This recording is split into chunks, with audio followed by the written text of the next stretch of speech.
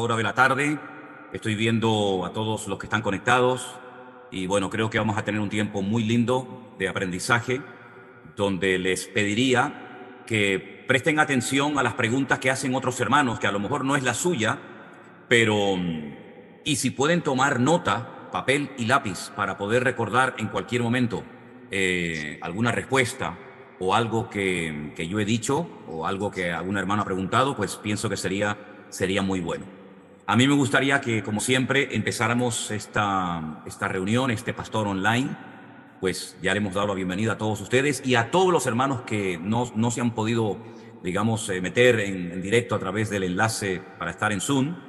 Pero lo que queremos es invitar al Señor para que esté con nosotros y nos dé un tiempo especial, un tiempo en el que podamos realmente decir: Señor, cuánto he aprendido de ti, de tu palabra en esta tarde.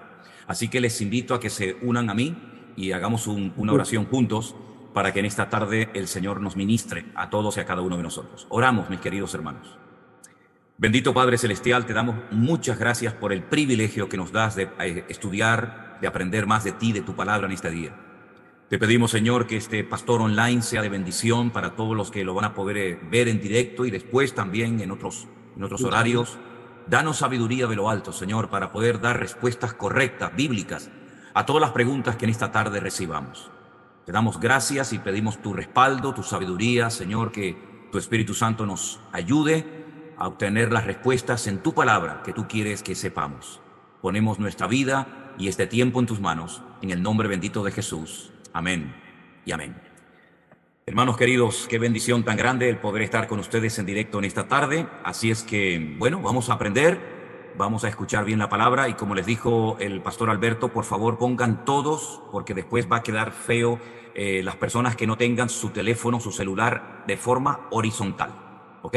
Entonces fíjese cómo tienen todos los hermanos su imagen y, por ejemplo, hay una persona que es Betty Vargas, que tiene su teléfono torcido, tiene que enderezarlo para que su imagen se vea así, hermanos, exactamente así. Ya no toquen absolutamente nada, ninguno tiene que tocar nada porque les estoy viendo perfectamente. Así que vamos a dar respuesta a la primera pregunta. Alberto, adelante. Muy bien, pues buenas tardes a todos. Recordarles que las preguntas se hacen por privado, por el chat, así que todos los que quieran preguntar, que no levanten la mano por ahí, sino que por el chat lo estén preguntando y le vamos a ir dando paso. La primera pregunta la va a hacer nuestra hermana Patricia, así que Patricia, recuerda que está silenciada, quítale el micrófono. Si puedes, pon el móvil en horizontal, que lo tienes en vertical, y cuando quieras. No, Claro, lo tienes en horizontal, pero quita el desbloqueo, que seguro lo tienes bloqueado.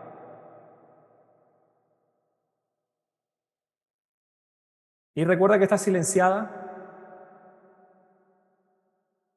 No, está silenciada. Dale al botoncito, por favor, del micrófono. Estaba en mute, perdón. Ahora sí. Pastor, usted también está silenciado. Dele al micrófono. Ok. Pastor José Manuel, dele al micrófono que está silenciado. ¿Lo silenció usted? Sí, perdón. Perfecto, ahora Disculpa. sí. Ahora, adelante. Patricia. Ok. Dios les bendiga. Qué gusto, qué privilegio saludarles. Y voy a seguir directo a mi pregunta. Es en Jueces 11:31 con respecto a Jefté. Que mi pregunta es, no sé, no entiendo que sacrificó a su hija, porque le dijo al Señor que si él ganaba, cuando regresara, que el primero que saliera a la puerta, él lo iba a sacrificar y sacrificó a su hija. Entonces era su hija virgen. Es un poquito, no sé, no puedo comprender eso porque sacrificó a su hija, ¿no? Bueno, ¿y quién puede comprender semejante actuación? ¿Quién puede comprender algo así? Es realmente muy complicado entender algo. De hecho, no hay que entenderlo. Simplemente hay que admitir que sucedió así, lo cual no se le había pedido en absoluto a él ni a nadie que hiciera semejante disparate.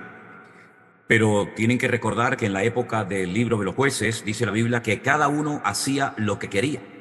Es decir, había una especie de desorden, de caos, y el pueblo hacía cosas tremendas y han quedado registradas para que nos demos cuenta de que personas que en un momento puntual de sus vidas podían ser muy utilizados por el Señor, cuando actuaban en la carne bajo sus impulsos carnales, ¿verdad?, bajo sus propios sentimientos o emociones, podían llegar a cometer actos terribles, como por ejemplo el que cuenta en el libro de los jueces acerca de Jefté. Ahora, decirte, Patricia, que hay dos opiniones en cuanto a lo que leemos en este pasaje. Uno, que efectivamente sucedió lo que ahí leemos literalmente, pero hay otras personas que piensan que lo que significa es que él no permitió que su hija nunca se casara, sino que se mantuviera, digamos, virgen y que nunca tuviera descendencia. Esas son las dos opiniones. Yo, lamentablemente, tengo que decirte que respeto la literalidad del texto y lo que sucedió ahí fue realmente terrible. Jamás en la vida, repito, el Señor le pidió a ningún padre que hiciera semejante acto, pero eran seres humanos, cometían equivocaciones, pecados terribles, y en esta ocasión eso ha quedado como una mancha en el currículum de este juez de Israel. Pero entenderlo, ¿quién puede entender algo así? Absolutamente nadie, más los que somos padres o madres, ¿no?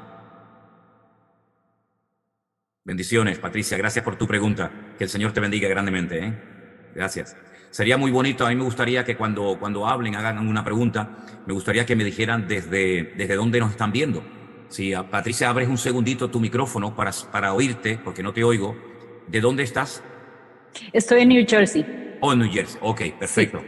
Dios Yo te le bendiga. visité allá en la iglesia Campamento de Jehová, así que sí, tuvimos el honor de escucharlo. Sí.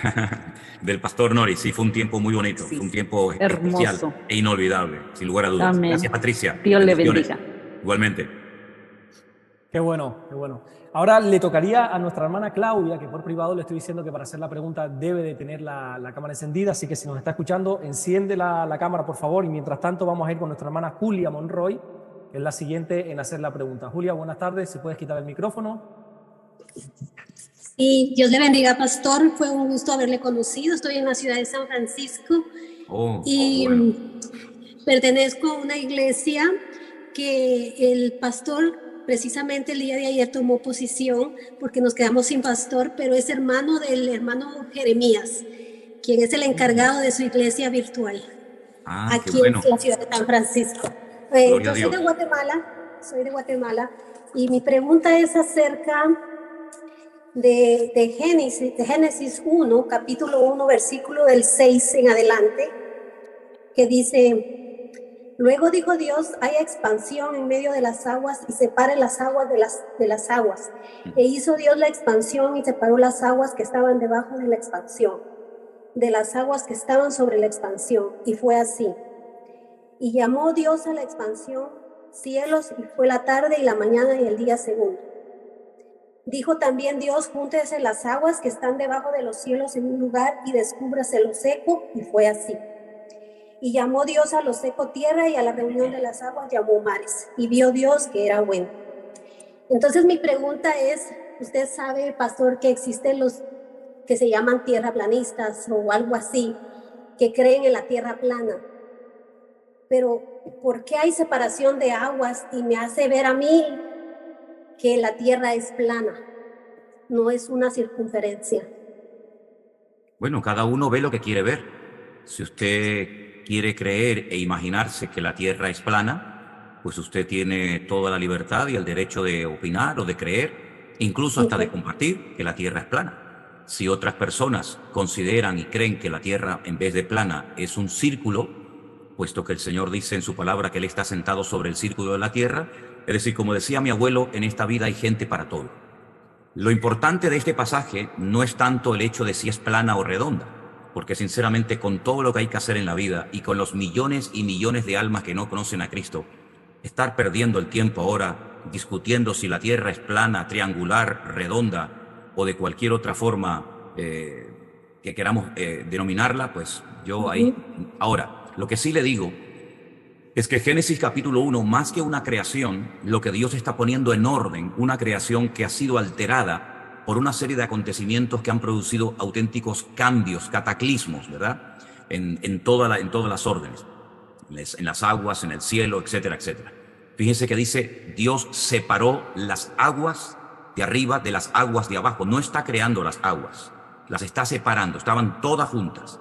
Y al separarlas, ¿verdad?, milagrosamente por el poder de su palabra, automáticamente sale de debajo de las aguas la tierra. Luego la tierra ya también existía. Entonces, en este capítulo 1 del libro del Génesis, vemos que Dios está creando elementos químicos. Dios está dándole leyes a la naturaleza, leyes que hasta el día de hoy están en pleno vigor.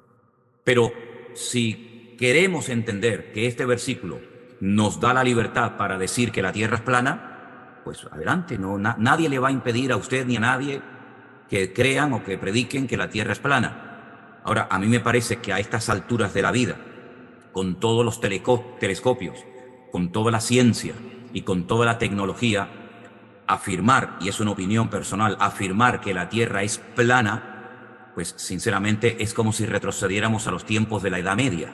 Pero repito, cada uno es libre de pensar lo que quiera. Yo no voy a perder el tiempo en defender la forma esférica, plana, rectangular o triangular de la tierra. Mi cometido en la vida es otro, y no perder el tiempo en estas discusiones que, ¿de qué sirve? De nada. Yo creo que el Señor nos ha ordenado ir por todo el mundo y predicar el Evangelio. Si hay predicadores, si hay gente que en Internet dedican horas y horas y horas para defender que la tierra es plana, que Dios los bendiga. Yo jamás en mi vida he dedicado ni un minuto de mi tiempo a dar un estudio bíblico o a dar una enseñanza acerca de si la tierra es plana o redonda, porque sinceramente creo que el Señor nos ha llamado a otros asuntos mucho más trascendentales e importantes que perder el tiempo en estas discusiones que tenemos que evitar. La Biblia dice que hay ciertos y determinados temas que tenemos que evitar. ¿Por qué? ¿Porque nos prohíbe la Biblia hablar de ello? No, sino porque tenemos un mensaje que transmitir y nos queda poco tiempo para terminar de cumplir con la misión que el Señor nos ha encomendado. Muy claro, muy claro. Sí, le agradezco mucho su respuesta y tiene usted razón. Dice la Biblia que no son cosas que no tienen provecho, así que mejor es dejar así. Sí, muchas gracias. Es un tema de debate que tuve con alguien y pues yo quería, pues, usted sabe, tener claro esto, pero le agradezco mucho. Le conocí, pude tomarme fotos con usted y conocí a su hija y su esposa y Armando se llama la persona que vino. Sí, fue un placer. Esperamos volverles a ver muy pronto y que Dios me le bendiga. Muchas gracias, hermana. Un placer conocerte. Dios te bendiga. Muchas gracias por tu pregunta. Qué bueno esta pregunta. Vamos a darle paso ahora a nuestro hermano José Manuel Reyes, que veo que tiene la cámara encendida. Recuerde que tiene que darle al micrófono. Y adelante, hermano. Hola, buenas. ¿Me escucha? Le escucho perfectamente, José Manuel. Bueno, yo soy un fan suyo, desde aquí, desde Barcelona, porque desde que escuché el mensaje, el Evangelio me ha hecho libre, me impactó tanto, que bueno, yo a todo el que puedo le digo, por favor, escucha este mensaje. La verdad es que no entiendo, si la gente no se convierte, ya no sé qué puedo hacer, pero bueno, yo lo intento. Bueno. Me llamo desde Osuna, en Sevilla. Uy, qué bueno, qué buena tierra, qué buena tierra. Yo he estado en Madrid, he estado en la iglesia y luego me tuve que venir aquí, mi familia estaba aquí y al final estoy aquí. Entonces, bueno, yo estoy ahora mismo llevado por el pastor, por usted, porque realmente, aunque aquí hay iglesia, pero digamos, no es que uno esté a un nivel que quiera, pero claro, cuando escuchas su palabra y escuchas otras palabras, pues te quedas como con hambre. Y entonces, pues yo prefiero escucharlo a usted. Y entonces todos los días, pues escucho su palabra, ¿no? Pues muchas gracias, José Manuel. Muchas gracias. En este caso, la pregunta era la siguiente. Porque yo, dentro de mi corto entendimiento, pues sí he indagado en cosas como, por ejemplo, las transgresiones. Es verdad que usted no está de acuerdo en que hay transgresiones, pero yo sí he visto que hay cosas que las familias tienen arraigado. Usted dirá, perdón, ¿usted ha mencionado la palabra transgresiones o maldiciones? Más bien transgresiones. Es que yo creo en las transgresiones. Transgresiones, la misma palabra lo indica, es transgredir, es quebrantar un mandamiento, un estatuto. Sí, yo creo en las transgresiones como término, ¿no? Ajá, vale, pues entonces está perfecto. Porque incluso con algún pastor se lo dije, decía, no, porque cuando venimos al Señor somos nuevas criaturas y a partir de ahí no hay pecado, no hay nada. Entonces, vale, pero luego me dijo, oye, ¿sabes qué es lo que tú decías? Porque yo estaba muy pesado con eso. Entonces, pues, alguno me dio la razón, ¿no? Y entonces cuando hay una parte de la palabra que el Señor dice, más bien los apóstoles, le dicen, este hombre tiene esta enfermedad porque pecaron sus padres o porque o fue él o tal. Sí. Entonces, es verdad que usted dice, Bueno, el Señor dijo, no, esto es porque se iba de alguna manera a ver mi poder, pero tampoco dice que no exista esa posibilidad de una manera clara. Aunque sí habrá otras palabras que digan, pues por la dentera de los otros, pues no Sí. sufrirá. Pero sí que es verdad que ese punto, yo creo que uno cuando va al Señor, y sería importante a lo mejor para la gente que escucha, es decir, me presento ante el Señor, recibo a Jesucristo y renuncio a toda transgresión de mi familia, porque ha habido mucho pecado y la persona nunca ha estado llevada por Dios. Hasta ahí. Bueno, yo le quiero leer literalmente la respuesta a la pregunta que los discípulos le hicieron al Señor cuando dice que al pasar vieron a un hombre ciego de nacimiento. Estoy leyendo literalmente de Juan capítulo 9, verso 1, ¿sí? Y entonces le preguntaron sus discípulos diciendo, Rabí, ¿quién pecó, este o sus padres, para que haya nacido ciego? Vamos a escuchar la respuesta del Señor, que es la respuesta perfecta, evidentemente. Y el Señor dice, no es que pecó este, ni sus padres. Así está descartando que la enfermedad, la ceguera de este hombre es consecuencia de un pecado de sus padres o de él mismo. Dicen, no es que pecó este ni sus padres, ¿sí? Ni una cosa ni otra, sino que para que las obras de Dios se manifiesten en él. Es decir, aquí no se le está echando la culpa a los padres, ni tampoco se le está echando la culpa al pobre hombre que ya bastante desgracia tenía con haber nacido ciego. Es exactamente, lo dice de una forma muy clara el profeta Ezequiel cuando dice que los hijos no llevarán, y eso es literal, eso es Biblia, los hijos no llevarán los pecados de los padres, ni los hijos llevarán los pecados de sus padres. Ahora bien, estamos hablando de pecados. El pecado es algo personal, como la salvación, evidentemente. A veces confundimos maldiciones o transgresiones, como usted las llama, pero el término es maldiciones generacionales, con consecuencias. Consecuencias. Me explico. Yo he tenido amigos, muchos amigos míos, que salieron del mundo de la droga y bueno, el Señor pues los salvó, el Señor los hizo incluso hasta siervos de Dios, pero a veces quedaron tocados en algunos aspectos de su salud como consecuencia de haber probado ciertas y determinadas sustancias que si no las hubieran probado, probablemente no hubieran tenido un hígado destrozado, no tendrían sida, etcétera, etcétera. Es decir, a veces hay consecuencias, ¿verdad? Consecuencias, pero el pecado es personal. Si yo no voy a cometer un pecado y ahora resulta que mi hija, dentro de 30 o 40 años, resulta que ahora ella pues está pagando los platos rotos de su padre. No, si yo he roto un plato, quien lo paga soy yo, no mi hija, o viceversa. Dice la Biblia que si el inicuo o el impío dejare el error de su camino y se convirtiere de todo su corazón, todas sus transgresiones, todos sus pecados serán perdonados. Es que si no fuera así, esto sería terrible, vivir con una condenación y con un peso toda la vida diciendo, bueno, es que vamos a ver, yo me he arrepentido, soy un hijo de Dios, mi nombre está escrito en el libro de la vida, soy una nueva criatura, pero siempre hay un pero. Es que en Dios no hay peros. En Dios es una obra completa y perfecta. Dios no hace, usted me va a entender porque es una palabra muy nuestra de aquí de España, Dios no hace chapuzas. Dios hace cosas perfectas. O lo hace o no lo hace. O te perdona y te limpia, o no te perdona y no te limpia. Por consiguiente, yo no puedo vivir bajo esa presión, bajo esa condenación, decir, hombre, yo soy pastor, soy siervo de Dios, el Señor me ha perdonado, me ha limpiado, me está usando, me está bendiciendo, pero claro, ahora resulta de que yo, pues claro, todas las mañanas me levanto con un dolor de espalda porque resulta que mi abuelo en el siglo XVI o XVII o XVIII o lo que sea, pues resulta que cometió un pecado terrible y ahora yo, vamos a ver, Dios no es así. Dice la Biblia, si vosotros siendo malos sabéis dar buenas dádivas a vuestros hijos, ¿cuánto más mi Padre Celestial os dará las cosas que ustedes necesiten? Yo no castigaría a mi hija nunca con una enfermedad. Y el Señor dice que nosotros somos malos. ¿Cuánto más el Señor, que me ha perdonado y me ha limpiado, pero vas a cargar todo aquel pecado que cometió tu familia cuando hizo aquello y aquello?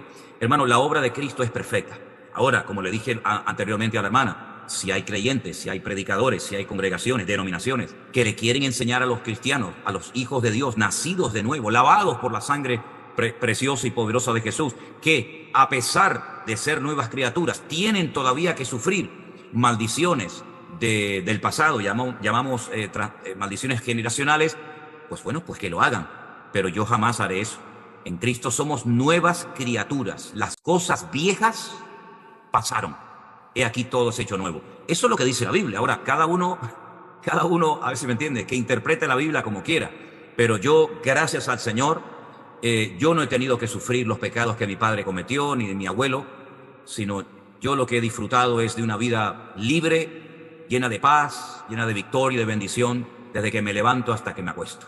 Y por supuesto que tuvieron que cometer errores y pecados, pero oiga, yo no tengo que sufrir las consecuencias de los pecados de mis antepasados, porque yo corté esa línea de maldición, como Rahab cuando se convirtió, pues cortó toda esa maldición, y de ahí vino nada más y nada menos que el rey David, y siglos más tarde el Señor Jesucristo. Y fíjate tú quién era Rahab, una mujer que ejerció la prostitución de la marinera, ¿no?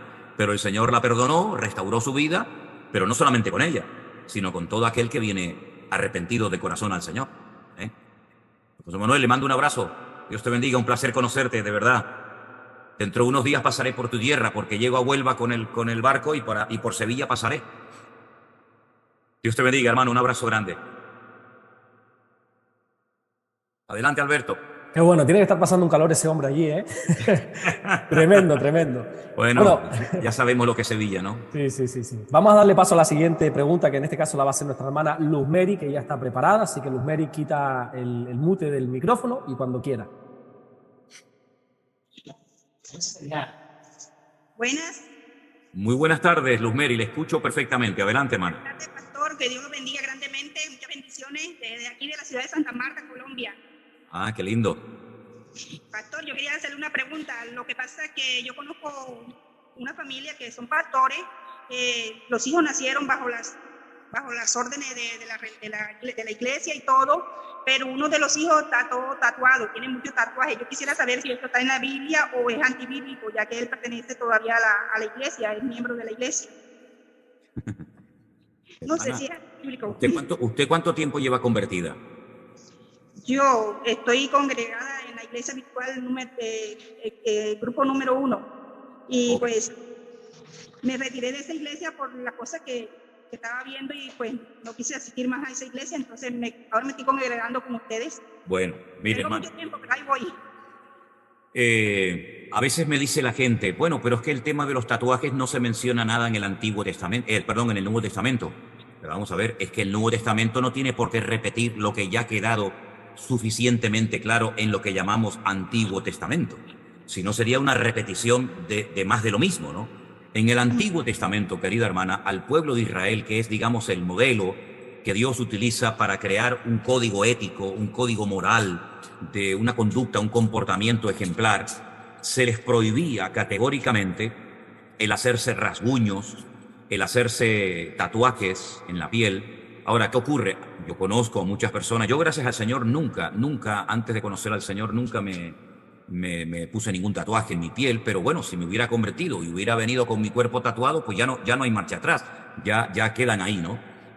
Lo terrible es cuando cristianos, hijos de Dios, incluso hijos de pastores, que supuestamente tenían que ser un ejemplo porque han sido criados en el Evangelio, pues resulta que ahora aparecen por la iglesia con versículos bíblicos, como si ponerse un versículo bíblico, un pescadito o una cruz, dulcificara el hecho de haberte puesto un tatuaje. Los tatuajes están totalmente prohibidos en la palabra de Dios. Dice la Biblia, santo serás para el Señor.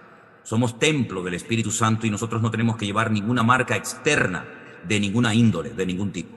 Por consiguiente, eso está mal, es una práctica totalmente anticristiana. De hecho, los paganos se tatuaban maldiciones, oraciones, caras, imágenes de sus dioses, de sus ídolos, ¿verdad? Y es una práctica totalmente pagana. Nunca fue una característica del pueblo de Dios, y mucho menos de los cristianos hoy en día. Así que eso está muy mal, está muy mal.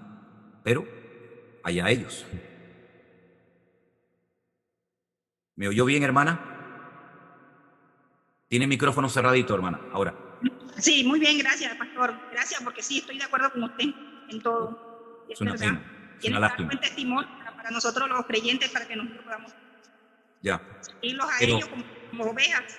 Sí, pero no solamente los tatuajes, que es algo visible, es algo notorio, sino hay otras cosas que a veces los creyentes hacen que no se ven mucho, pero que a lo mejor son igual o peor, como por ejemplo el chismorreo, la Es hipocresía,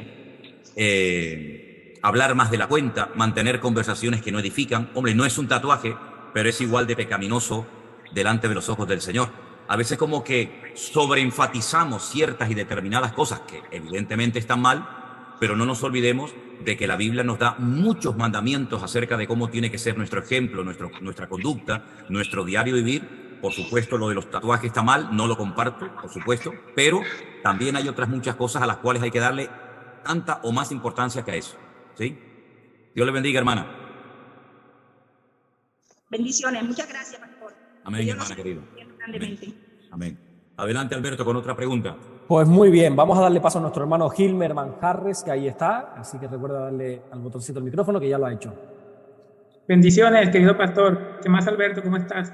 Dios te bendiga. Buenas tardes, hermano. Dios te bendiga. Te escuchamos muy bien. Se pronuncia Manjarres. Que tienes un apellido un tanto particular, ¿no? Sí, es bastante particular.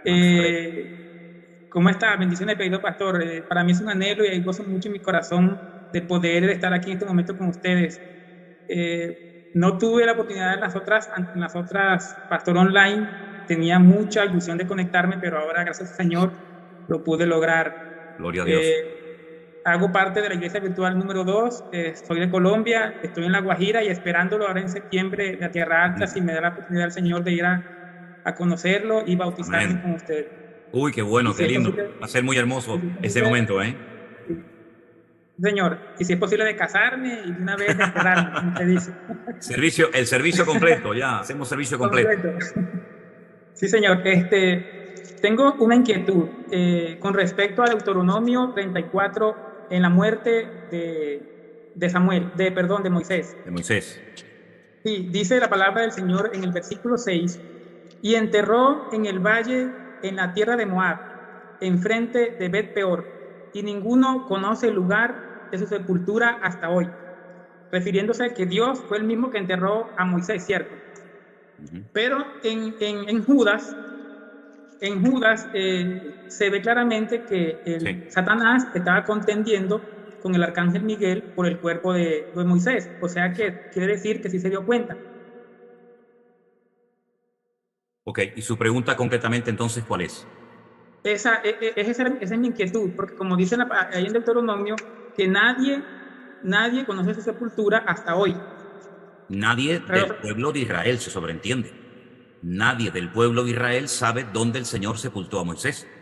Pero Satanás no forma parte del pueblo de Israel, ¿verdad? Por consiguiente, no es una contradicción entre un texto y otro, ¿verdad? El Señor se encargó de ocultar, por decirlo de alguna manera, el cuerpo de Moisés, porque Él sabía perfectamente que si la gente sabía dónde estaba enterrado Moisés, se iba a convertir en una peregrinación y en un culto a la persona tremendo, ¿verdad? Entonces, primero, no lo dejó entrar a la tierra prometida, murió en lo que hoy en día sería Jordania, ¿verdad? Los campos de Moab. Y en segundo lugar, lo ocultó de tal manera que nadie en el pueblo de Israel supo, porque él subió solo a la montaña. Recuerden eso. Él subió solo a la montaña. A pesar de que Moisés estuvo rodeado siempre de multitudes, por otra parte también fue un hombre solitario. Y esa es la soledad del pastor. El pastor es una persona que suele estar generalmente rodeado de gente, pero la soledad del pastor nadie la conoce. La soledad del pastor es algo intrínseco al llamado, al ministerio, y Moisés estaba largos periodos de tiempo a solas en la presencia del Señor, cuando recibía la Torá en el monte Sinaí, y ahora cuando el Señor le comunica que llegó el día de su muerte, el día de su partida. Pero el que el pueblo de Israel no supiera dónde fue enterrado no significa que en el mundo espiritual pasara desapercibido dicho acto. Satanás como que quería reclamar el cuerpo de Moisés, tal vez para convertirlo en un lugar de peregrinación, de culto al hombre, ¿no? Así es que no hay en principio ninguna contradicción entre un texto y otro, Wilmer, sino que simplemente Deuteronomio dice que nadie sabe del pueblo de Israel, y en la carta a Judas, que saca su información de un libro apócrifo, que no lo tenemos en el Nuevo Testamento, dice que Satanás, no sabemos por qué, Él quería el cuerpo de Moisés. Es decir, no lo logró derrotar, no lo logró tener en vida, lo quiere tener por lo menos en muerte. Alguien dijo en cierta ocasión que Moisés valía muerto más que muchos que viven hoy en día. Bueno, aprovecho la oportunidad para... hay un proverbio, me lo dio mi esposa, Proverbio 27, que me dice ella que no lo entiende mucho. Versículo 14. Proverbio 27, 14. Ok, ¿lo quieres leer tú o lo leo yo? El que bendice a su amigo en alta voz, madrugando de mañana, por maldición se le contará. Ella quiere saber, porque no lo entiende, lo ha leído muchas veces y no lo comprende. Bueno, yo no soy una enciclopedia que todo lo que me preguntan yo tengo la respuesta.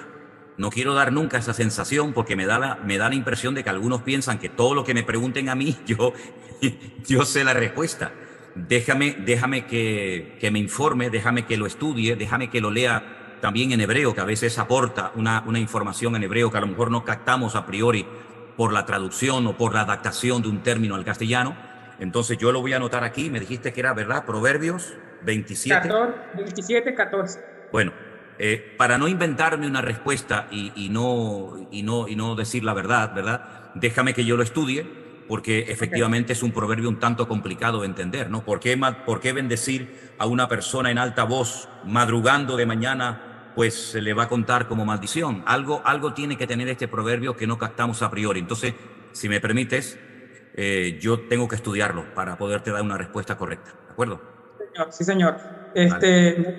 No quiero extenderme más, pero quiero contarles que después de más de un año ya de mi conversión, el Señor ha puesto, creo que el sentir en mi corazón de servirle.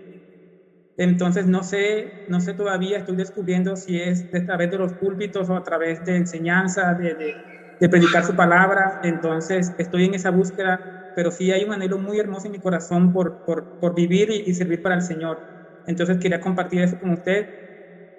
Bueno, si tienes el deseo de servir al Señor, pues es maravilloso. En principio el sentir es muy, muy bueno, que muchas personas tuvieran ese sentir. Si me permites darte un consejo, si deseas servir al Señor, prepárate lo mejor posible. ¿Ya has leído la Biblia completa en alguna ocasión? Sí, ya estoy que la termino. Todos los días la leo en familia.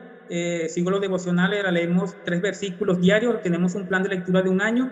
¿3 versículos o 3 capítulos? 3 capítulos, perdón, 3 capítulos. 3 capítulos. No, porque si van a leer 3 versículos al día, les van a faltar 1000 vidas para terminar de leer la Biblia, ¿no? No, 3 capítulos. Tenemos un plan ya de un año, ya llevamos más de la mitad. Ya yo he leído todo el Nuevo Testamento, parte del Antiguo.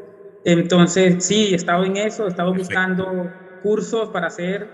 De hecho, tuve un curso con un pastor de Venezuela que yo, sin decirle, él descubrió en mí él vio en mí ese deseo de servirle al Señor.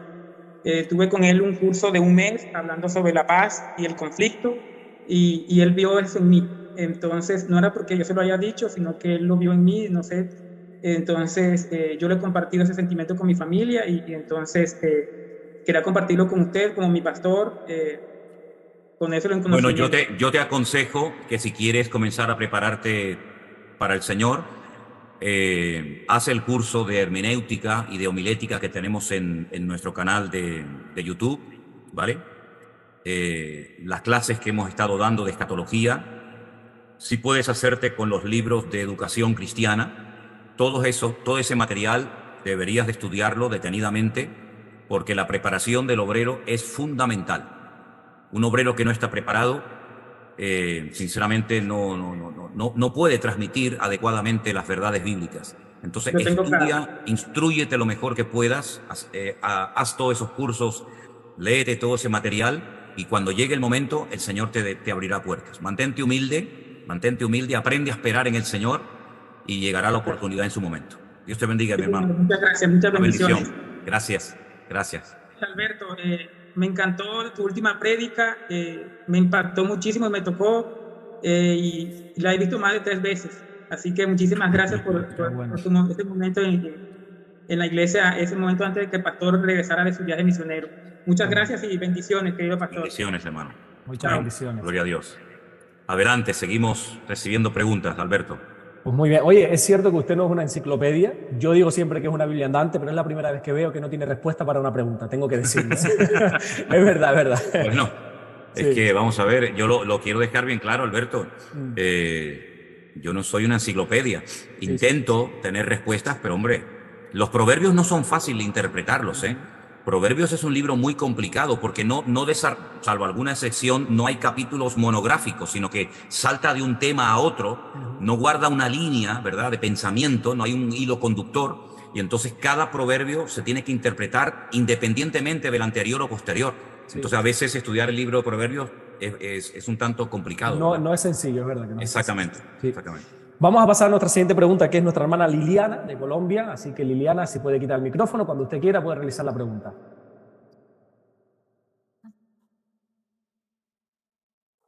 Ahí está. ¿Me escucha? Sí, pero Te quitó la escuchamos, cámara. pero no te vemos. Dile a la cámara. Al botoncito que sale ahí al lado del micrófono hay una cámara, dele ahí. Ay, es que la tecnología me atropella. Ay, Dios. Vale, Tiene como dos símbolos, uno sin micrófono y otro es como una camarita. Entonces ya le has dado bien al micrófono, te faltaría darle a un simbolito que tiene forma de cámara, ¿sí? Ya. Ahí, Ahora perfecto, ahora sí. Ya no toques nada, Ya no. Pastor, Dios lo bendiga. Igualmente. Tengo dos preguntas. Ok. Lo que pasa es 1 Timoteo 2:12. Mira, Timoteo. 2:12. Sí. Donde ¿Quieres leerlo? dice que no permito que la mujer enseñe ni ejerza dominio sobre el hombre. Ajá. Yo quiero saber por qué esto tiene que ver con predicar sobre un púlpito. ¿Esa es su pregunta? ¿La primera pregunta es esa? Sí, Ok. no entiendo por qué Pablo lo dice Pablo o es porque Dios dice que no permite que la mujer se suba a un púlpito a predicar, a hablar. Y la segunda es 1 Corintios 11:4, donde dice que todo varón para orar no debe cubrirse la cabeza, y la mujer tiene que cubrirse la cabeza, de lo contrario debería de cortarse el cabello. Bueno, vamos a ir por partes, ¿te parece? Sí. Vamos a empezar con el de Primera de Timoteo, capítulo 2, versículo 12. Pero realmente, tienes que leer los versículos anteriores. Siempre cuando hay una línea, cuando hay un hilo conductor, es bueno saber el principio de la conversación, de qué está hablando Pablo, a dónde apunta Pablo, por qué Pablo dice en este momento de su ministerio esto, ¿verdad? Y es bueno, por ejemplo, leer el anterior, el anterior, y así de esa manera tenemos toda la información encima de la mesa y no solamente algo. Mire, no sé si te va a servir la explicación, pero permíteme que te diga lo siguiente. Primeramente, aquí la palabra púlpito no aparece. ¿Ok? Entonces, la palabra púlpito la ponemos nosotros. ¿Por qué? Porque nosotros hoy en día tenemos la concepción de que es desde el púlpito, desde donde se enseña. Pero claro, esto se escribió hace 2000 años. Entonces, si nosotros hoy en día vamos a cualquier iglesia, salvo alguna excepción, que las hay, aquí en España te podría poner algunos ejemplos, la estructura interna de las iglesias es completamente diferente a cómo eran en el principio las congregaciones. Date cuenta que la inmensa mayoría de los que se convertían al principio venían de un contexto judío.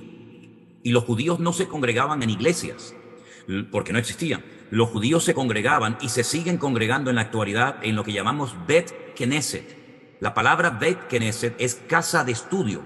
Nosotros la conocemos como sinagoga, pero la palabra sinagoga en hebreo es Bet Knesset, que es la casa de estudio.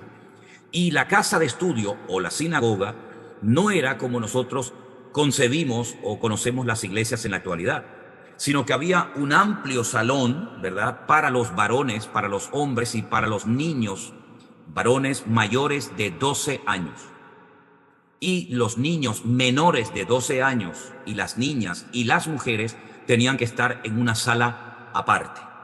A veces detrás de unas cortinas, a veces en el piso superior, pero no podían estar en contacto hombres con mujeres. No había ningún sistema de megafonía, es decir, no existían micrófonos a través de los cuales puedes comunicarte con 100, 200 o miles de personas. Por consiguiente, Pablo le está escribiendo a Timoteo, que es un joven pastor que está recién teniendo su primera experiencia pastoral, ¿verdad? Entonces le faltaba experiencia, le faltaba información acerca de cómo tenía que seguir él desarrollando los cultos, vamos a llamarlo así, ¿no? Las reuniones en las congregaciones. En aquellos tiempos estaba muy mal visto que en una reunión donde hubiera hombres y hombres judíos, las mujeres participaran, las mujeres hablaran, ¿ok?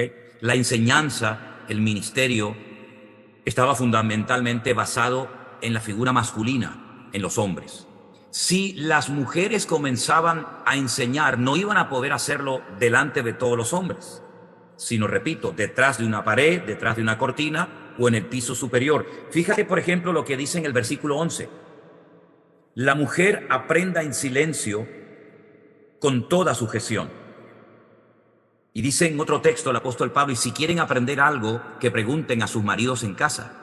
¿Por qué? Porque las mujeres no se podían sentar junto con sus maridos en la reunión. Estaban aparte.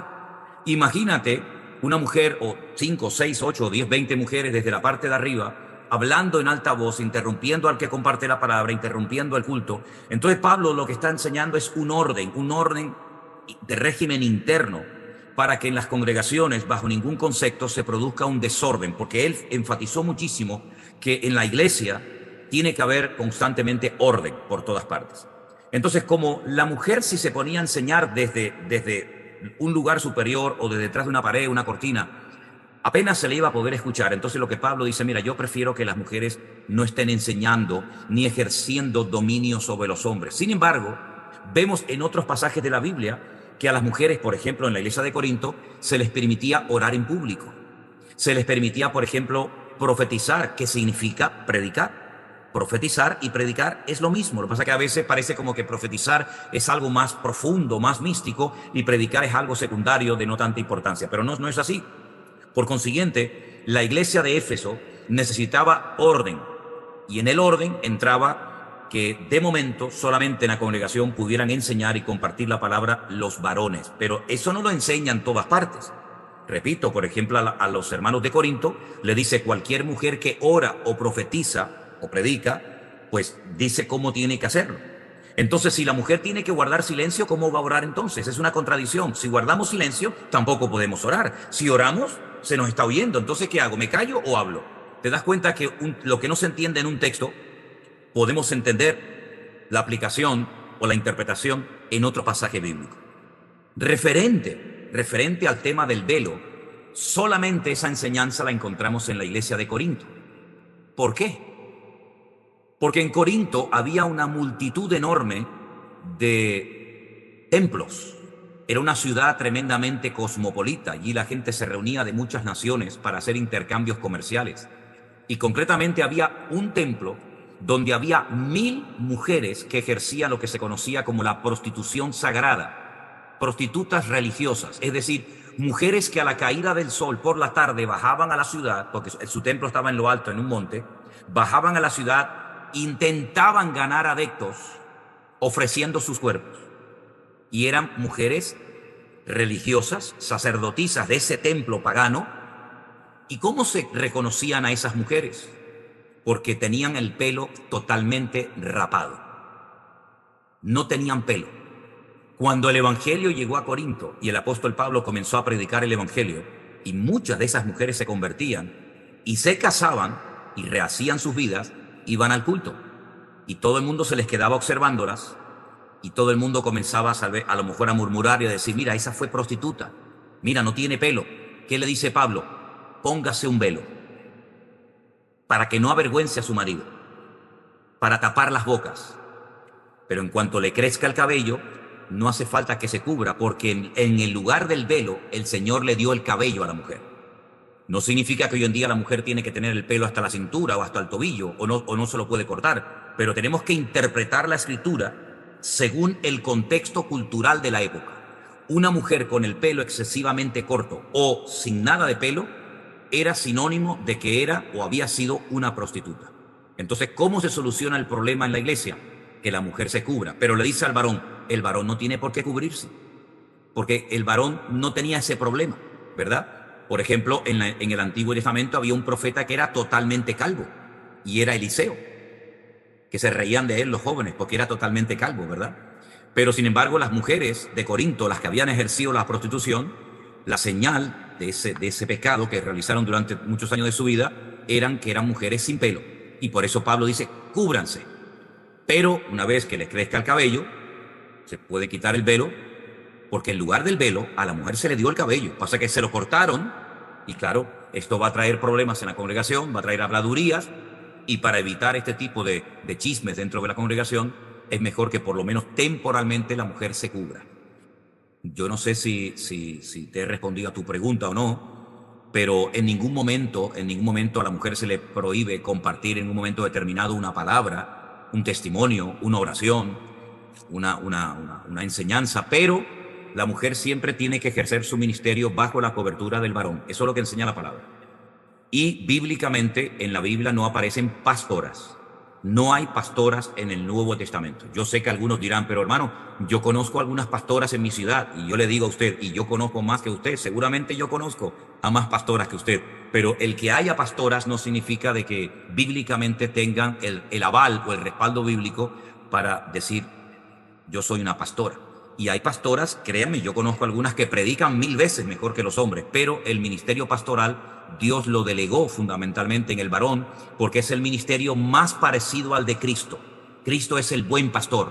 No dice la Biblia que Él es el gran evangelista, ¿verdad? O el gran apóstol, sino que Él es el pastor por antonomasia.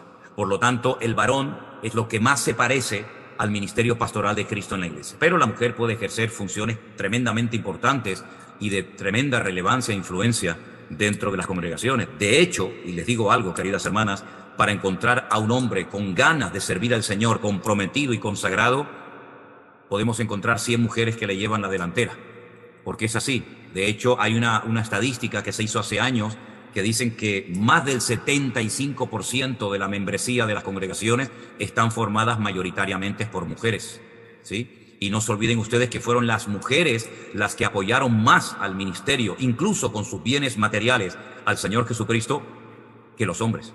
Así que bueno, que el Señor nos ayude a cada uno a gozarnos en la función que Él nos ha encomendado. Dios te bendiga, hermana. Bendiciones. Un placer conocerte. Adelante, Alberto. ¿Hay más preguntas? Sí, ahí vamos a la siguiente pregunta que la va a hacer nuestro hermano Miguel. Ya está preparado también. Miguel, quita el micrófono que ya lo quitó, así que cuando quieras puedes hacer la pregunta. Buenas tardes, pastor. ¿Me escucha? Buenas tardes, Alberto. Miguel, perdón. Miguel. Buenas tardes. Soy un seguidor de sus devocionales y a diario, y en esta ocasión, bueno, quería preguntarle acerca del rey David. Sabe que el rey David siempre uno escucha de que fue un hombre conforme al corazón de Dios y él cometió un pecado con Betsabé, del cual tuvo una consecuencia con su hijo, ¿no? Si bien el Señor le perdonó. Pero yo tengo una duda porque en 2 Samuel 24 dice que la ira de Dios se encendió contra Israel e incitó a David contra ellos a hacer un censo, ¿no? Pero dice que Dios lo incitó, pero después él le encargó el censo a Joab y dice que después que censó el pueblo le pesó en su corazón porque pecó gravemente contra Dios, ¿no? Y después eso tuvo unas consecuencias que ya no fue un hijo, sino fueron 70,000 personas, ¿no? Sí. Entonces, ¿por qué el hecho de hacer un censo en esa ocasión tuvo esas consecuencias? ¿Cuál fue el...? ¿Tú tienes tu Biblia ahí a mano? Sí, bueno, la tengo online. Ok, mira. Tú acabas de citar 2 Samuel capítulo 24, ¿verdad? Sí. ¿Puedes ir a Primera de Crónicas 21? Si tienes tu Biblia, o los hermanos que están siguiendo el programa, yo les animo a que vayan conmigo a Primera de Crónicas capítulo 21. ¿Lo tengo? Ok, lo tienes. Mira, 2 Samuel 24:1 dice: volvió a encenderse la ira del Señor contra Israel e incitó a David contra ellos a que dijese: ve y haz un censo de Israel y de Judá. Ya lo estoy viendo. Primera de Crónicas 24:1 dice: pero Satanás se levantó contra Israel e incitó a David a que hiciese un censo de Israel. Y algunos dirán, ay, pastor, nos acaba usted de descubrir una contradicción de la Biblia. Segunda de Samuel 24:1 dice que fue Dios el que incitó a David a hacer eso. No lo había visto. Y pero yo sí.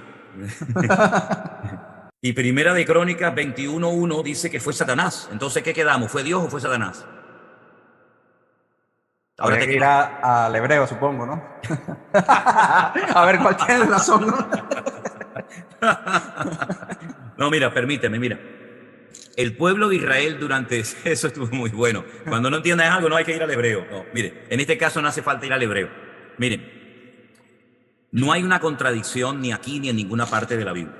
Lo que pasa es que segunda de Samuel en este caso, se escribió muchísimo tiempo antes, siglos antes de Primera de Crónicas capítulo 21. Y en la mentalidad del pueblo de Israel, en la época de Samuel, de Saúl, del mismísimo rey David, no les entraba en la cabeza que Satanás pudiera hacer nada en contra de ellos como pueblo escogido de Dios. Entonces, bajo ningún concepto iban a aceptar que Satanás iba a poner en el corazón nada más y nada menos que del mismísimo rey David, el que hiciera un censo. Entonces pusieron Dios. Pero cuando pasó el tiempo, el pueblo de Israel se dio cuenta que si no adoraban a Dios, si no obedecían al Señor y si no estaban apegados a Él y a su palabra, claro que Satanás les podía tentar y les podía incitar y les podía hacer daño, pero eso lo tuvieron que aprender con el paso del tiempo. Entonces, ¿el objetivo del censo cuál era? Presumir de cuántos somos. ¿Qué más da si somos 1,000, 20,000 o 100,000? Da igual. Pero es el presumir, es decir, mira cuántos somos, mira cuántos caballos tenemos, mira cuántos soldados tenemos, mira qué fuerte que somos como país. Pero el Señor en ningún momento le enseñó a David ni a nadie que la batalla se obtenía por el número de soldados. Date cuenta que a veces hay personas que uno solo hizo un estrago tremendo en el campamento del enemigo, porque el Señor dice en su palabra que no es con espada ni con ejército, sino con mi Santo Espíritu. Fue el mismísimo Satanás el que tentó, el que incitó a David a decir, mira, ahora que has llegado al nivel más alto de tu vida, de tu reinado, ¿por qué no sacas un censo para que veas qué poderoso eres, que no hay otro rey en la tierra como tú? Y ahí cometí una equivocación terrible, porque sería contradictorio, Miguel, que Dios por un lado me diga que haga un censo y cuando lo haga me castiga. Entonces, ¿qué quedamos? ¿Lo hago o no lo hago? Si me quiere castigar, que me castigue. Pero también, pastor, en ese orden de ideas, yo veo que el Señor también endureció el corazón del faraón. Pero en este caso de David no. Ok. En este caso no. En este caso en el de David no. En este caso fue Satanás y por eso la aclaración a posteriori. No dice el texto más joven, que es segunda de Samuel 24, que fue Satanás. Y después corrigen con el paso del tiempo que fue Dios. No, es al revés. Es al revés. Si hubiera sido Dios, en los dos textos lo diría. Pero ¿por qué siglos más tarde Dios permitió que pusieran Satanás? Porque esa es la razón principal. Fue Satanás el que puso eso en el corazón de David. Y por eso lo aclara a posteriori. Pero tuvieron que aprender con el paso del tiempo. O sea, que teológicamente no encajaba que fuera en su época Satanás. No era aceptado. No era aceptado. Es como si somos Bueno, tú sabes que en la época del profeta Jeremías, cuando él le decía al pueblo, Nabucodonosor va a destruir la ciudad, va a derrumbar los muros, el templo va a ser quemado y vamos a ser vencidos. Ellos le decían, imposible. Aquí el enemigo nunca va a entrar porque aquí tenemos el templo, aquí tenemos la casa de Dios. Y Jeremías le decía, da igual lo que tengan, ustedes están en desorden, ustedes están en pecado y están confiando en las paredes en vez de confiar en el poder de Dios. Y efectivamente se equivocaron, ¿verdad? Aquí pasa exactamente lo mismo, ¿verdad? Es el enemigo el que pone esto en el corazón de David, pero sin embargo dijeron, no, el enemigo no puede tocar a nuestro rey, el enemigo no nos puede tocar a nosotros como pueblo. Pero mira cómo tiempo más tarde tuvieron que poner que fue Satanás y no fue Dios. Pero es tremendo porque las consecuencias fueron desproporcionadas total, ¿no? Entonces, terribles. ¿Cuán grave pudo ser ese pecado? Bueno, es que, vamos a ver, es que por muy rey que usted sea, hermano David, usted no puede hacer lo que le da la gana. Moisés le dijo el Señor, habla de la roca, y le pegó con la vara y le dijo, pues ahora no entras. Ahora no entras. Es decir, usted puede ser Moisés, puede ser Abraham, puede ser David, puede ser el que usted sea, la paga del pecado es la muerte. Y en este caso, bueno, el Señor le dio hasta la opción, ¿no? Le dijo, bueno, te voy a dar 3 posibilidades, escoge la que tú quieras, ¿no? Y en ese lugar donde él subió al monte Moriah, donde vivía un tal Arauna, que es donde él hace el sacrificio, fue donde tiempo más tarde su hijo Salomón construyó el templo de Jerusalén. En ese mismo monte, en ese lugar. Ok.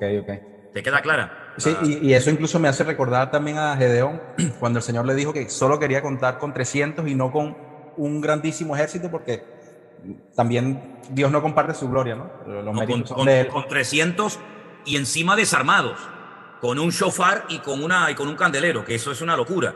También se lo hizo al Señor en Jericó, que le dijo a los soldados, ustedes no tienen que pelear porque la batalla es mía, ¿no? Amén. Es decir, que son lecciones espirituales que quedan ahí para nuestro aprendizaje y nuestro desarrollo espiritual. Vale, pues muchísimas gracias, pastor. ¿Dónde estás, Miguel? ¿De dónde me hablas? Te escribo desde Portugal, si bien vivo en Canarias. Pero vivo en Canarias. Estoy un tiempo aquí, ya pronto estaré en Canarias, en Gran Canaria. Ah, ¿vives en Gran Canaria? En Gran Canaria, sí. Pero estoy de paso en Portugal. Ah, qué bueno, qué bueno. ¿Y te congregas en alguna iglesia allí en Gran Canaria? Sí, me estoy congregando en la capital, en Las Palmas.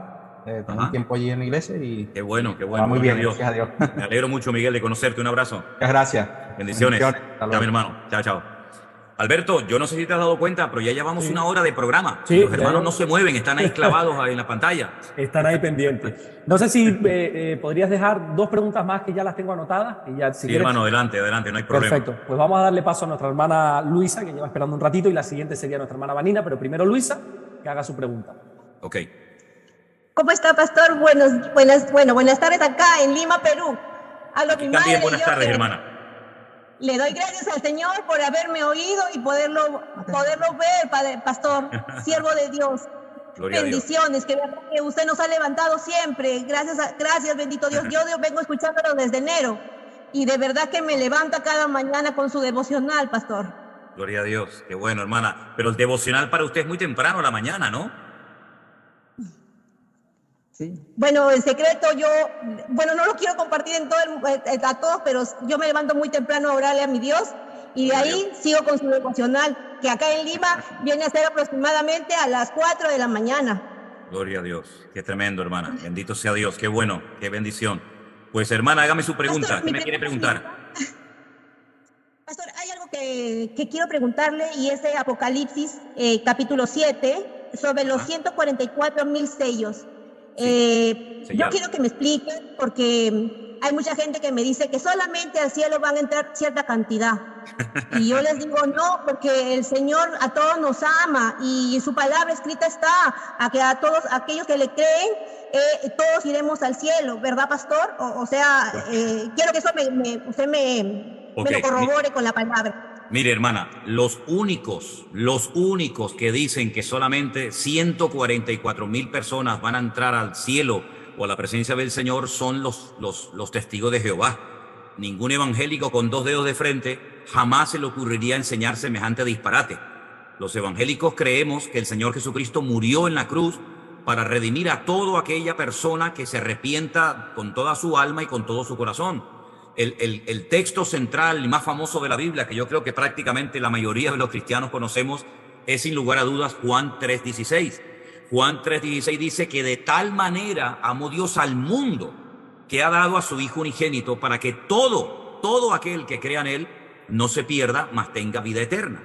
Es decir, Dios no dijo solamente 144,000 van a estar en mi presencia y el resto, como estos señores dicen, van a estar en otra parte, en la tierra.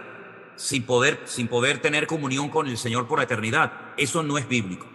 Toda persona que se convierta al Señor estará por la eternidad en el cielo, en la presencia del Señor, ¿verdad? Así que esto es una enseñanza antibíblica que enseña una secta que no interpreta, evidentemente, correctamente las Sagradas Escrituras. Entonces, ¿quiénes son estas personas? ¿Por qué la Biblia habla de un número concreto de 144,000 personas que además dice que estos 144,000 sellados, como se les conoce, son judíos? Quiere decir, es una contradicción los que enseñan que solamente se van a salvar 144,000, porque entonces, ¿qué pasa con los peruanos? con los canarios, con los chilenos, con los argentinos, con los guatemaltecos. No se va a salvar ninguna persona que no sea judía. Por supuesto que sí. La Biblia dice que había una multitud en su presencia, la cual nadie podía contar, de todas las naciones, pueblos, tribus y lenguas. Estos 144,000 que se mencionan en el libro del Apocalipsis, no solamente en el capítulo 7, sino también en otros pasajes, son 144,000 judíos. 12,000 de cada una de las tribus de Israel. ¿De acuerdo? Estas personas estarán como, digamos, permítame, como la guardia personal del Señor Jesucristo durante el tiempo del milenio. Estarán cantando canciones al Señor que solamente ellos conocen la letra, ¿verdad? Estarán en el monte de Sión. El monte de Sión es uno de los tantos montes que rodean a la ciudad de Jerusalén. En el monte de Sión es donde está enterrado el rey David. Y en el monte de Sión es donde está el aposento alto. Y en el monte de Sión es donde el Señor partió el pan y el vino y se lo dio a sus discípulos. Estos 144,000 personajes del Apocalipsis son judíos que estarán siguiendo al Señor, digamos, como su guardia personal o privada durante el tiempo del milenio, pero no significa que solamente se van a salvar ellos. No, hermano. Nos vamos a salvar todos los hombres y mujeres, da igual de qué país, de qué nacionalidad sean, siempre y cuando hayan aceptado, hayan reconocido al Señor Jesucristo como su Señor y Salvador personal. Así que estos señores que enseñan esta falsa doctrina están rotundamente equivocados.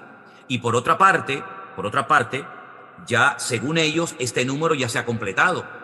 La secta o el grupo religioso que enseña eso ya se han completado. Entonces, ¿por qué siguen por las calles dándole trataditos y folletos y revistas a la gente si ya está el número completo? Es una enseñanza antibíblica que no coincide con la sana doctrina que nosotros enseñamos basados en la palabra del Señor, hermano.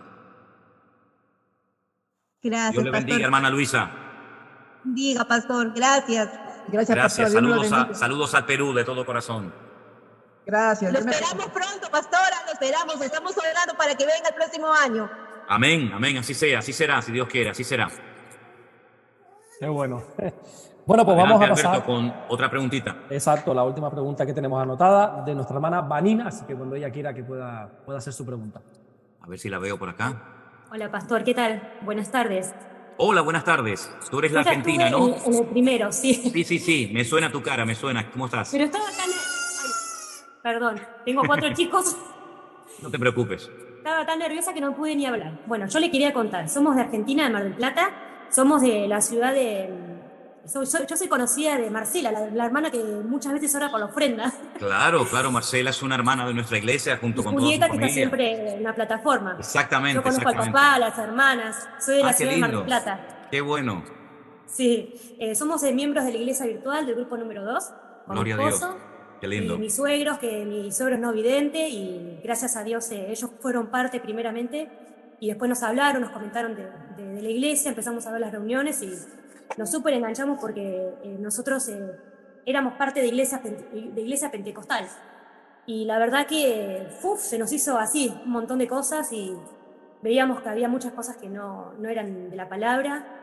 Una vez usted dijo, ¿cómo puede ser que hoy día haya cristianos que no hayan leído la Biblia en todo el año? Que no hayan leído la Biblia. Bueno, quiero contarle que yo estoy por Isaías, empecé en febrero. Gloria a Dios, qué bueno. Tengo todo material que mandó al grupo de la iglesia virtual. Qué lindo, qué lindo. Raquel, Alesbet. Voy por la segunda clase. Alberto, mira, lo que te dije antes de comenzar el programa, tienes que aprenderte el Alesbet, ahí lo tiene la hermana. Sí, pásemelo por privado si puede ser. Este pastor le cuento. Este es otro, porque el de su página no lo pude imprimir, pero este tiene los puntitos de Nicudot. Esos puntitos, fueron puntitos que unos señores llamados los masoretas inventaron, porque el idioma hebreo bíblico no tiene vocales, ¿verdad? Claro, entonces, bueno, sí. esos puntitos, esas rayas, esos puntos, etcétera, son los Nicudot. Y es lo que le ayuda a la persona a ponerle vocales a las consonantes y saber pronunciar adecuadamente el texto bíblico. Claro, bueno, yo estoy viendo las clases, pero todavía no las terminé porque no tengo mucho tiempo, pero cuando podemos lo miramos. Con 4 chicos te quedará poco tiempo, seguro. Vimos los de la hermenéutica y lo de Apocalipsis, ya los vimos y están impresionantes, están hermosos. Bueno. Bueno, pastor, mire, yo le quería hacer una pregunta, porque acá en mi país, en Argentina, en una provincia que se llama Chaco, este año se aprobó una ley, que es la ley de asueto y día no laborable para los habitantes de la provincia, que ofrece un culto cristiano evangélico al día Pentecostés. Mi pregunta era esta: nosotros no somos parte del pueblo de Israel, por ende hay muchas fiestas que, por más que nosotros digamos, bueno, somos parte de la tierra, somos parte de Israel porque el Señor es decir, fue israelita y todo, Israel, nosotros no formamos parte del pueblo de Israel. Me parece como que mi duda es... Lo que no entendí muy bien es que esa fiesta que se ha aprobado en el Chaco, ¿cómo se llama? Asueto. Sí, es un asueto, es un día no laborable, como si fuera un feriado. Ajá. Porque dice que muchos cristianos evangélicos dijeron que les toca siempre el lunes y no pueden festejar la fiesta de Pentecostés. Si nosotros no somos judíos, o sea, por más que seamos evangélicos, o sea, que sean pentecostales, entiendo, no sé si corresponde. Sí. Ok, mira, lo que pasa, cuando yo vivía en Argentina, y bueno, te digo que si Dios lo permite, en el mes de mayo iremos a Argentina el próximo año. Gloria a Dios. La primera persona que lo sabe, nadie sabe esto, solamente tú ahora mismo, ¿no? Pues, ¿a qué ciudad va a ir, pastor? Bueno, Rosario seguro, porque a Rosario hay que ir.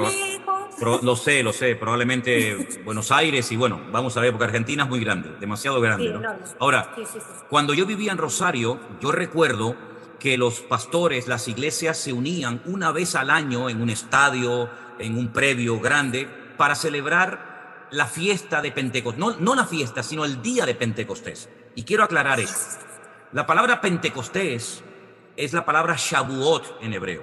La palabra Shavuot es el plural de la palabra Shavua. La palabra Shavua, semana. Cuando tú le dices a una persona, oye, que tengas una buena semana. De hecho, es un saludo muy, muy popular en Argentina, digo, en Israel. Es un saludo muy popular decir Shavua Tov, que tengas una buena semana. Shavua, semana. Shavuot es semanas. En hebreo, la fiesta de Pentecostés es la palabra Shavuot o semanas.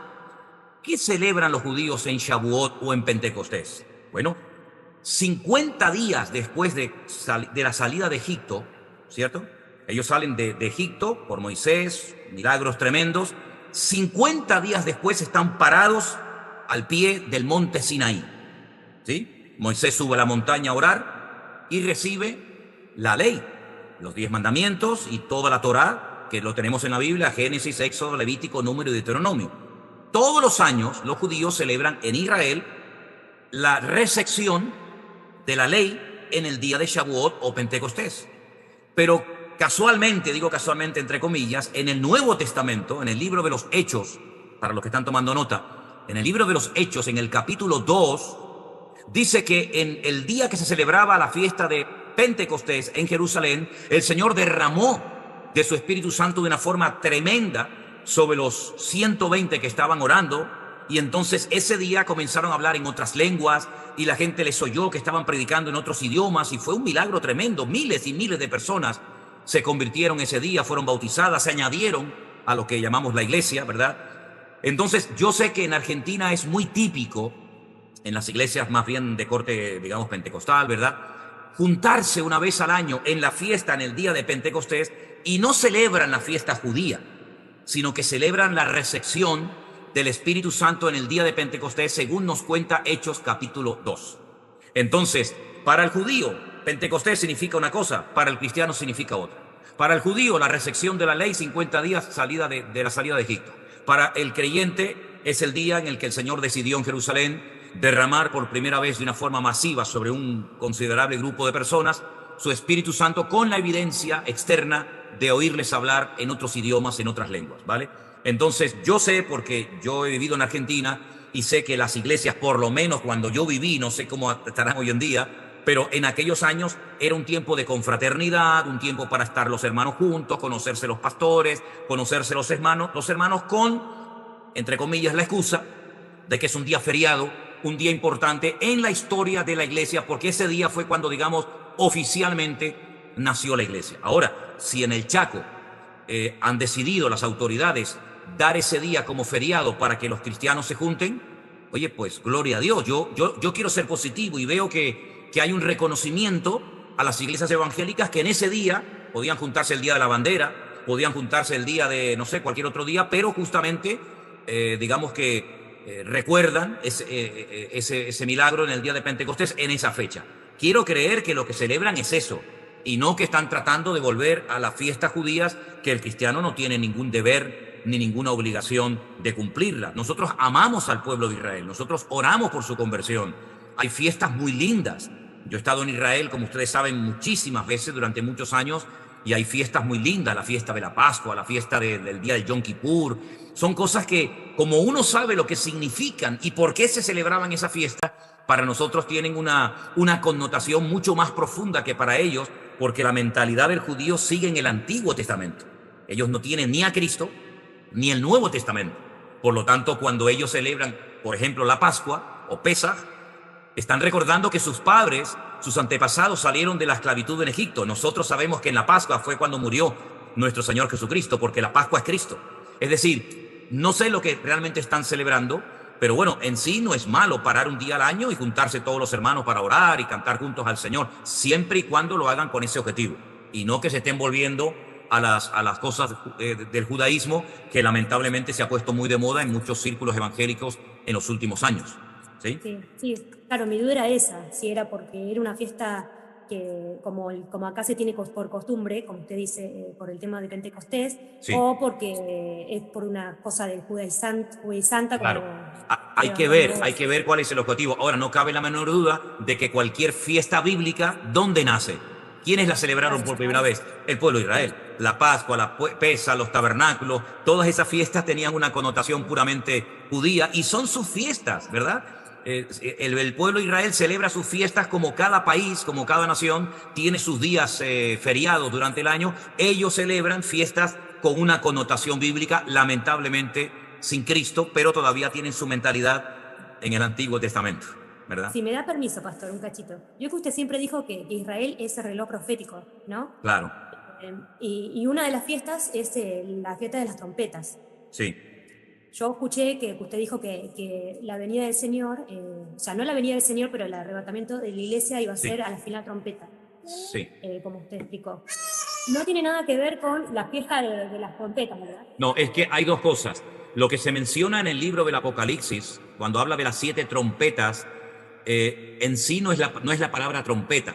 En Israel están las trompetas, eran unas trompetas muy largas de plata para convocatorias, ¿verdad?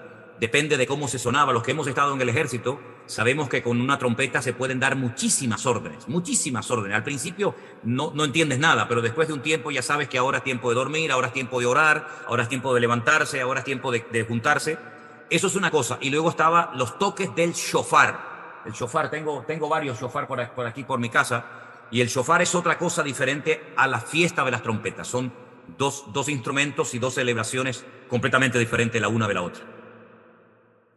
Muchísimas gracias, pastor. Por nada, seguir estudiando, que te veo que tienes una memoria increíble, increíble. Gracias a usted.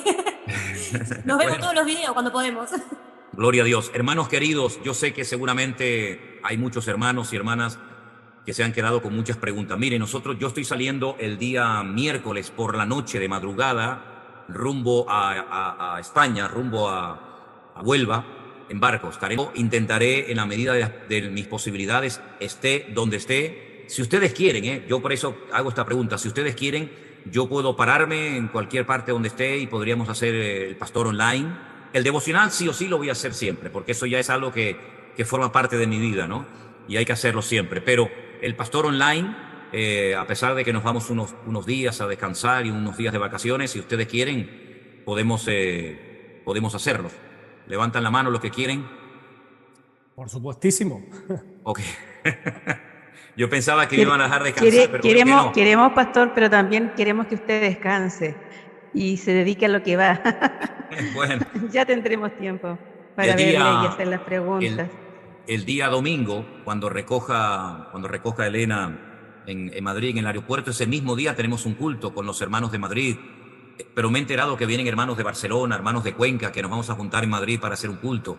De ahí queremos ir a visitar hermanos en diferentes partes, incluso hermanos que nos quieren invitar y nos quieren que estemos con ellos en sus casas en Francia, en el norte de España, en Galicia. Ya me están llamando pastores para invitarme a predicar a sus iglesias. hermano, mi vida cambió hace 2 años en los tiempos de la pandemia y no hay marcha atrás. Yo hoy estaba orando y le decía, Señor, menos mal que en la eternidad habrá reposo y habrá descanso, porque no hay un día en el que uno pueda estar desconectado de todo, es imposible, pero por otra parte es un gozo, es una alegría, de verdad estoy tan agradecido, estamos tan agradecidos al Señor porque vemos su gloria, vemos, hermanos, yo les transmití a los hermanos, se lo comentaba el pastor Alberto hace un rato antes de conectarme, desde el año 2008, que es cuando comenzamos, digamos en serio, a transmitir cosas por internet, hemos recibido, según los datos que nos da YouTube, 155 millones de visualizaciones. Es impresionante, hermano, es impresionante. Vemos que hay un hambre de Dios y yo, mientras haya un alma sedienta y mientras haya una sola persona que quiera crecer y aprender del Señor, allí estaremos. Me da igual si es de día, si es de noche, si es de vacaciones o no, porque yo sé que el Señor viene pronto y el Señor quiere lo mejor para nosotros. Queremos enseñarles, queremos instruirles, queremos vaciarnos de todo lo que el Señor nos ha dado, aunque tal vez para algunos sea demasiado, pero para mí siempre es todo poco, ¿no? Porque yo sé que hay mucho camino que recorrer. Así que, hermanos queridos, es una bendición el haber podido estar con ustedes. Dime, hermanita Pastor, una pregunta. ¿Algún día se podría hacer un Zoom con preguntas más personales, más que de la palabra, como para tener más contacto con usted? Porque sus consejos, la verdad, que son hermosos. Sí, claro. Bueno, Un hermano el otro día comentó algo de Alberto un hijo, me comentaba eso, ¿no? Su respuesta fue muy sabia.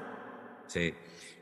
Sí, pienso que sería bueno tener un Zoom para... Pero claro, ya un Zoom ya deja de ser personal, porque ya hay un montón de gente que te está escuchando, ¿no? Entonces, bueno, tú eres de la iglesia virtual y tú tienes acceso a los colaboradores y a través de ellos te puedes poner en contacto conmigo cuando quieras, no hay ningún problema. ¿De acuerdo? Bendiciones. Alberto, yo no sé si te animas a despedirnos en oración. Quiero mandarles un saludo a todos.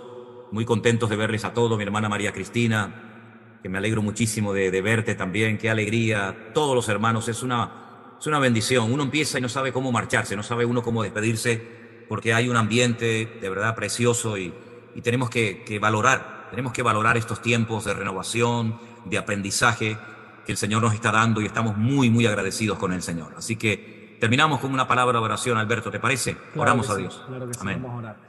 Señor, te damos las gracias por este tiempo precioso que hemos tenido, donde tu palabra, Señor, nos alumbra en medio de la oscuridad. Señor, gracias por todo lo que estás haciendo. Gracias por estos medios, Señor, de la tecnología que nos podemos reunir. Gracias por nuestro pastor José Manuel Sierra. Señor, oramos también por este tiempo que él va a tener de viaje, que lo guarde, lo bendiga, Señor, y dentro de las posibilidades que también pueda reposar, pueda descansar. Gracias por cada hermano que sigue teniendo hambre y sed de ti, de tu palabra, de tu presencia.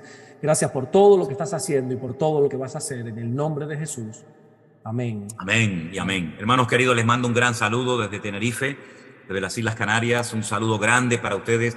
No se preocupen que habrá oportunidades para que ustedes hagan sus preguntas. Oren por nosotros. Mañana nos vemos, Dios mediante, final por la mañana. Así es que aquí estaremos. Un saludo para todos. Buenas tardes. Buen día para todos.